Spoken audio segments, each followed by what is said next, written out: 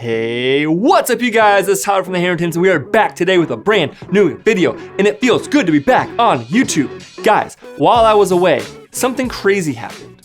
As you can see behind me, I've made a big life decision. That's right, after 10 years, over 10 years of using Apple computers for all of my work, I've completely switched all of my computers to PCs. Let's talk about why.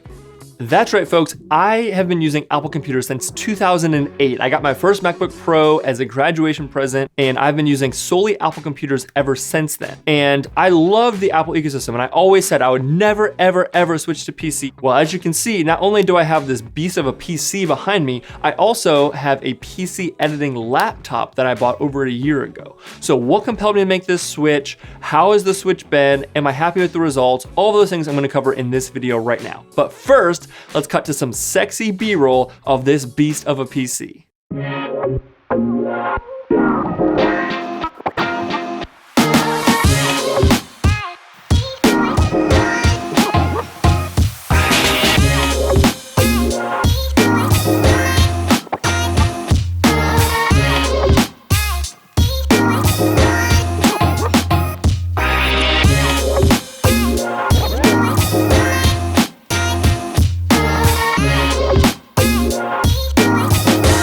All right, so this is gonna be a bit of a mini series that we're gonna create here, talking about my switch from Mac to PC. In the different videos, I'm gonna cover the different programs that I think you should install to make your transition as smooth as possible, some pitfalls and things to look out for, some little settings changes and things like that that I've done, and just some like other programs that I recommend for PC. And then I'm also gonna have another video completely laying out all the different parts that I have, what I recommend for you, especially if you're on a budget, all those different things. So we're gonna have a handful of different videos in this series kind of talking about this entire process. But in this video today, I kind of want to just talk about my overall experience, how I got to this point, and how the transition has been. And then in those other videos, we'll go into more details.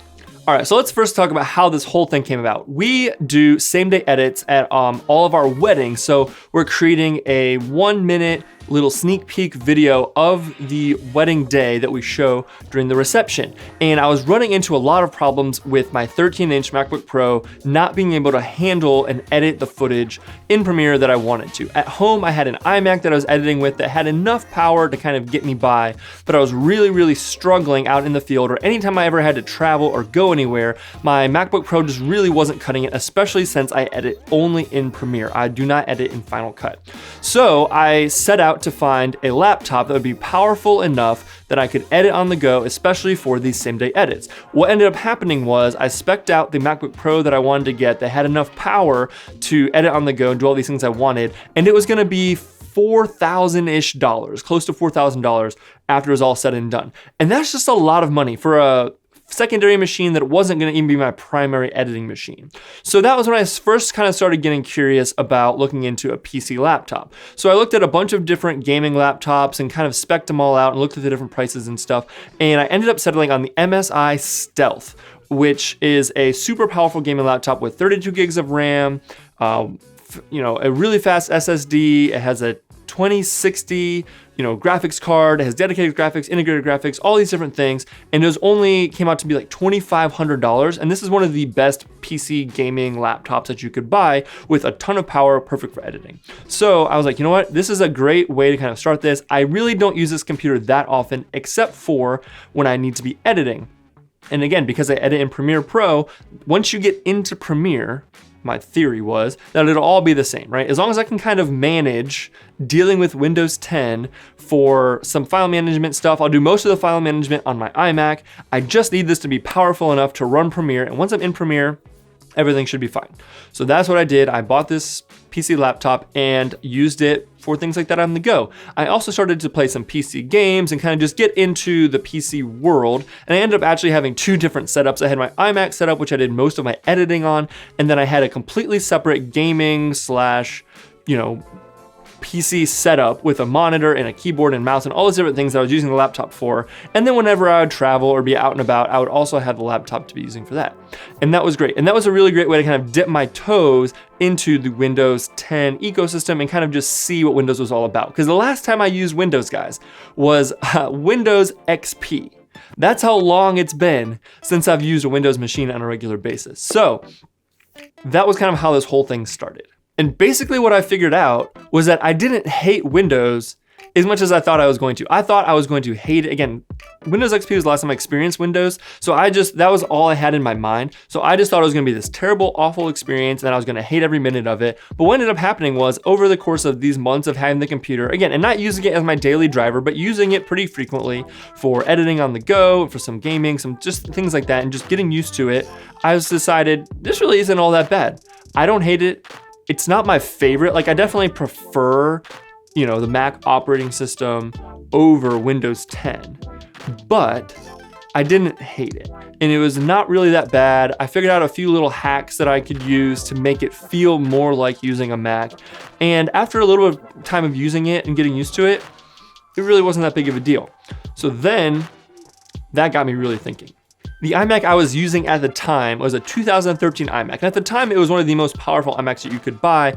It had 32 gigs of RAM. It had one of the fastest processors that they offered. It was a very nice machine for 2013, but it wasn't a Retina display. It was just kind of getting old and sluggish, and I started having some weird issues and stuff with it. And I was just noticing that I was having a lot more hiccups. I was having issues with playback with just simple 1080p footage, and it was just kind of starting to bog me down. So that's when I started thinking about upgrading to a new computer. So I went through a similar process where I started speccing out a new iMac. I started looking at different options, and I'd been hearing a lot about NZXT's build program. And essentially what this is it's a website that NZXT has that you can go on and you can pick your price point for a PC that you're interested in, and then you can actually customize each and every individual part to be whatever you want.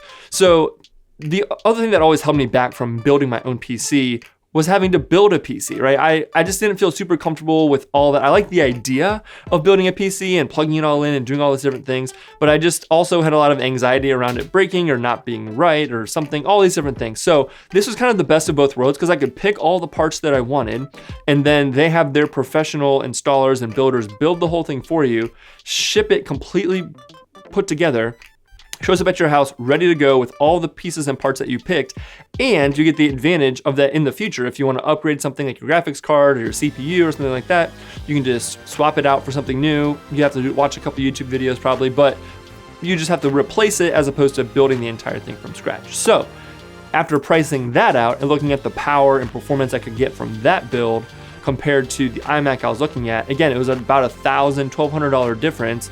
I decided to pull the trigger. And I decided to buy this beast of a PC. All right, so short and sweet without getting into too many details, would I recommend you switch to PC?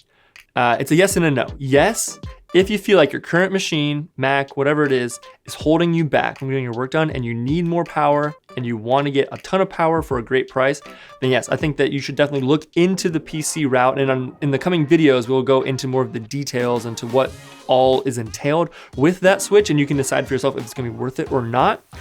But if you're out there, you're just a photographer, you're just kind of using Lightroom, maybe a little bit of Photoshop and web browsing and email, stuff like that, then no, I don't think that you need to go the PC route. I think that you can get a Mac configured for you that's gonna give you enough power to do what you wanna do without having to go through the hassle and all the hoops and all the different things of switching over to PC. But if you're a filmmaker out there, you do a lot of Premiere, a lot of After Effects, a lot of stuff where you just know that your Mac is slowing you down and that the machine is holding you back from getting stuff done, then yes, I think you should definitely consider the PC. And in this series, we're gonna dive deep into all the different things you need to know before making that leap. So that way, when you do decide one way or the other, you'll know kind of exactly what to expect. And hopefully you won't have any big hiccups or anything like that along the way in your switching process. But all in all, I've been very, very happy with my decision to switch. It actually brings me a lot of joy, which sounds weird, to sit down every day and use this computer and just know that when I go to do something, that the computer's not gonna hold me back, that it's gonna be able to keep up with everything that I wanna do and play everything back, and I can get my work done as efficiently as possible, and the only thing holding me back will be myself. So it's a really great feeling, and I'm really, really stoked. So that's my just kind of like real quick synopsis over this whole process. It's not been super easy, but it's been super worth it in my opinion, and we're gonna dive deeper into that over this series. So thank you guys so much for watching. I hope you enjoyed this little intro video to kind of explain how we got here, sort of setting up this whole series. If you have any questions or anything you want to see throughout this series, please leave a comment down below and let me know if you have any specific questions about the switch from Mac to PC, or just anything in general you'd want me to see covered. Please let me know in the comments down below. And if you enjoyed this video and you want to see more like it, as always, please give a big thumbs up down below. Thank you so much for that. And thank you so much for watching. This has been Tyler from the Harringtons, and we'll see you in the next one.